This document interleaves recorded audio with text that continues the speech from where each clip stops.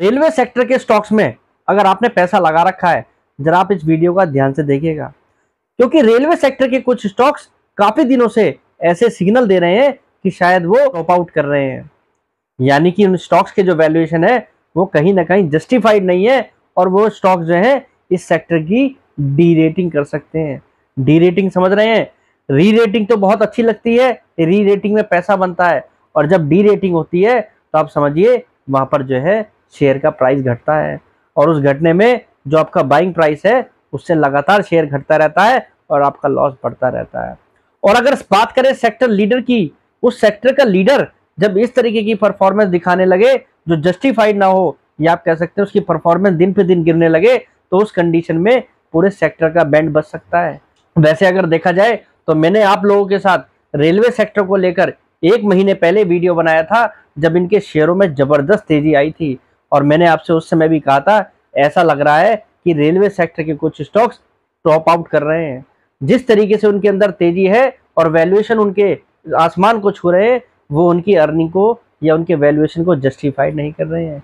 और उस समय काफी सारे लोगों को विश्वास नहीं हो रहा था, हमारे सब्सक्राइबर तक हमें कह रहे थे कि शायद आप ये स्टॉक हमारे जल्दी बिकवा रहे हैं, कह रहे हैं वो ठीक नहीं है, अभी ये स्टॉक टॉप आउट करते नहीं दिख रहे। और आज आप देखिए कि ये स्टॉक जो है ऊपरी लेवल से तो करेक्ट हो ही रहे, साथ ही साथ इनके जो फाइनेंशियल्स हैं वो भी अब चिंता का विषय है। और जिन लोगों को पार्शली प्रॉफिट बुक करना नहीं आता, ये उनके लिए एक बहुत बड़ा सबक होगा। और जो इन्वेस्टर विदाउट फंडामेंटल फाइनेंशियल समझकर स्टॉक लेते हैं, मुझे लगता है उनके लिए भी एक लेसन हो सकता है। तो आज का वीडियो आप जरा ध्यान से देखिएगा। तो चलिए वीडियो को शुरू करते हैं। हेलो फ्रेंड्स, मैं Vipin Jain, founder of learn equity with Vipin Jain. Friends, अगर आप शेयर मार्केट में इन्वेस्टिंग या ट्रेडिंग करने के लिए डीमैट अकाउंट खुलवाना चाहते हैं तो हमारे चैनल पर दिए गए लिंक के माध्यम से आप स्टॉक के साथ डीमैट अकाउंट खुलवा सकते हैं। फ्रेंड्स, दरअसल आज का ये वीडियो जो कॉशियस वीडियो मैंने आप लोगों के लिए बनाया है, वो देखा जाए तो RVNL पर आधारित है। मैं आपको कंपनी का नाम इसलिए बता रहा हूं ताकि आप बात को समझ सकें। RVNL देखा जाए PSU सेक्टर के अंदर सेक्टर लीडर है। RVNL की अगर वैल्यूएशन आप देखेंगे तो सबसे ज्यादा वैल्यूएशन ये कंपनी एंजॉय कर रही है पूरी इंडस्ट्री में। अगर आप प्राइस टू बुक के हिसाब से देखेंगे तो सबसे ज्यादा वैल्यूएशन इस कंपनी को मिल रहे हैं। RVNL के Q1 के नतीजे आज आए हैं, और नतीजे आपने देखे ही होंगे, बहुत बेकार नतीजे इस कंपनी ने पेश किए हैं। दरअसल कंपनी की टोटल इनकम अगर आप देखेंगे तो लगभग 26% की यहाँ पर जो है गिरावट आई है। लगभग 5,853 करोड़ रुपए की जो टोटल इनकम थी, आज वो 4,336 करोड़ रुपए रह गई है, यानी कि 4,336 करोड़ रुपए मात्र दिखाई दे रही है। यहीं अगर हम नेट प्रॉफिट को देखें तो 343 करोड़ रुपए का नेट प्रॉफिट था पिछले फाइनेंशियल ईयर के सेम क्वार्टर में, जो 224 करोड़ रुपए रह गया है, यानी कि 35% की नेट प्रॉफिट में भी यहाँ पर जो है गिरावट दिख रही है। एबिटा मार्जिन उसमें गिरावट है, और देखा जाए तो FY25 इस कंपनी के लिए कहीं ना कहीं अच्छा नहीं रहेगा अगर कंपनी ने ऐसी परफॉर्मेंस दिखाई। अगर Q1 जैसा इस कंपनी ने परफॉर्मेंस जारी रखी तो इस साल ये कंपनी पिछले साल के मुकाबले मुनाफा कम करने जा रही है। सेल्स में कंपनी को ग्रोथ में लाने में दिक्कत होगी और डी ग्रोथ करती हुई दिखाई देगी। फिर किस बेसिस पर इस कंपनी की डी रेटिंग होगी? अगर कंपनी की यहाँ पर अर्निंग गिरने जा रही है तो कैसे इस कंपनी को यहाँ पर वैल्यूएशन बढ़कर मिलेंगे? और मैंने आपसे वैसे भी कहा कि वैल्यूएशन नाम की भी कोई चीज होती है। अगर इस कंपनी की आप पास्ट में वैल्यूएशन देखेंगे, जो मैंने 1 महीने पहले भी आपसे कहा था, वो उस समय भी ये बता रहे थे बहुत ज्यादा ये शेयर हीटअप हो रहा है। अगर हम बात करें इस कंपनी की तो 38 रुपीज की बुक वैल्यू इस कंपनी की दिखाई देती है, और लगभग 7 रुपए के आसपास का EPS है FY24 का। और अगर हम इस फाइनेंशियल ईयर के हिसाब से देखें तो लगभग 6.5 रुपए के आसपास का EPS है।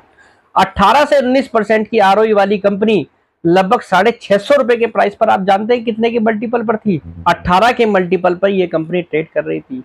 65,000 करोड़ रुपए की ऑर्डर बुक वाली कंपनी लगभग आज भी 550 रुपए के प्राइस पर 1,12,000 करोड़ की मार्केट कैप पर बैठी है। यानी कि RVNL अपनी अर्निंग के लिहाज से सब कुछ डिस्काउंट कर चुकी है। यानी कि RVNL अपनी ऑर्डर बुक के लिहाज से टोटल ऑर्डर बुक को डिस्काउंट कर चुकी है। जब कोई कंपनी अपनी अर्निंग को डिस्काउंट कर चुकी हो, कोई कंपनी अपनी ऑर्डर बुक को डिस्काउंट कर चुकी हो, तो फिर उसकी री रेटिंग किस आधार पर होगी? अगर बाजार के अंदर कोई यहाँ पर गिरावट आएगी तो निश्चित रूप से तो उस कंपनी की पिटाई होनी तय है, क्योंकि उसके वैल्यूएशन महंगे हो चुके हैं। और कोई भी स्टॉक ऐसा नहीं होता जिसमें आप बिल्कुल टॉप पर जाकर बेचें। यानी कि जो लोग बाग होशियार थे, जो इन्वेस्टर होशियार थे, उन्होंने कहीं ना कहीं इस कंपनी के अंदर प्रॉफिट बुकिंग करी है। कोई थोड़ा पहले निकल गया तो किसी ने लास्ट में बेचा है, पर जिन्होंने हायर लेवल पे खरीदा है अब उनको जरा सोचना होगा कि अब वो कैसे यहाँ पर अर्निंग करेंगे, कैसे उनके यहाँ पर शेयर प्राइस का एप्रिसिएशन होगा, क्योंकि वैल्यूएशन तो यहाँ पर महंगे हो चुके थे। तो इसलिए कि मैं आपसे कह रहा हूं कि अगर आप शेयर मार्केट में पैसे लगाने आए हैं तो आपको एक बार वैल्यूएशन को भी समझना होगा, सेक्टर के अंदर ध्यान से चीजों को समझना होगा, जब भी आप पैसा बना पाएंगे। क्योंकि इसी सेक्टर के अंदर अगर हम बात करें इरकॉन की, तो इरकॉन लगभग 65 रुपीज के आसपास की बुक वैल्यू वाली कंपनी है, लगभग 17 से 18% की आरओई वाली कंपनी है, मात्र 4.5 के बुक वैल्यू के आसपास है।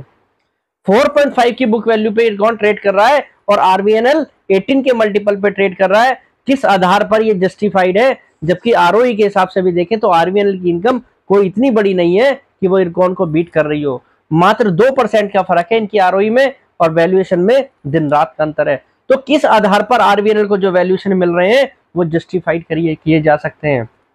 रिटेल इन्वेस्टर को कोशियस रहकर काम करने की जरूरत है। इतने तेजी के बाजार में कुछ मुनाफा घर बांध कर ले जाने की जरूरत है। एटलीस्ट जिन्होंने लोअर लेवल पे लिया है उनको कम से कम अपनी इन्वेस्टमेंट को तो समय समय पर बाहर करना चाहिए अगर इस बाजार में पैसा कमाना है। ये एक बहुत बड़ा सबक होगा जो आज इस कंपनी के नतीजे आए हैं। और अगर इस शेयर की डी रेटिंग हुई तो मुझे लगता है इसकी तो डी रेटिंग होगी, ये पूरे सेक्टर पर भी प्रेशर डाल सकता है और वो प्रेशर आपको झेलना मुश्किल हो जाएगा अगर आपने हायर लेवल पर रेलवे सेक्टर के स्टॉक्स में इन्वेस्ट किया है। तो उम्मीद करता हूं मेरा आज का ये वीडियो आपको आगे के लिए एक लेसन देगा। लोग विदाउट वैल्यू इन्वेस्टिंग करते हैं, मुझे लगता है उनके लिए भी एक सबक होने वाला है। तो आज के लिए इतना ही, कल फिर मुलाकात करेंगे एक नई वीडियो के साथ। फिलहाल के लिए नमस्कार।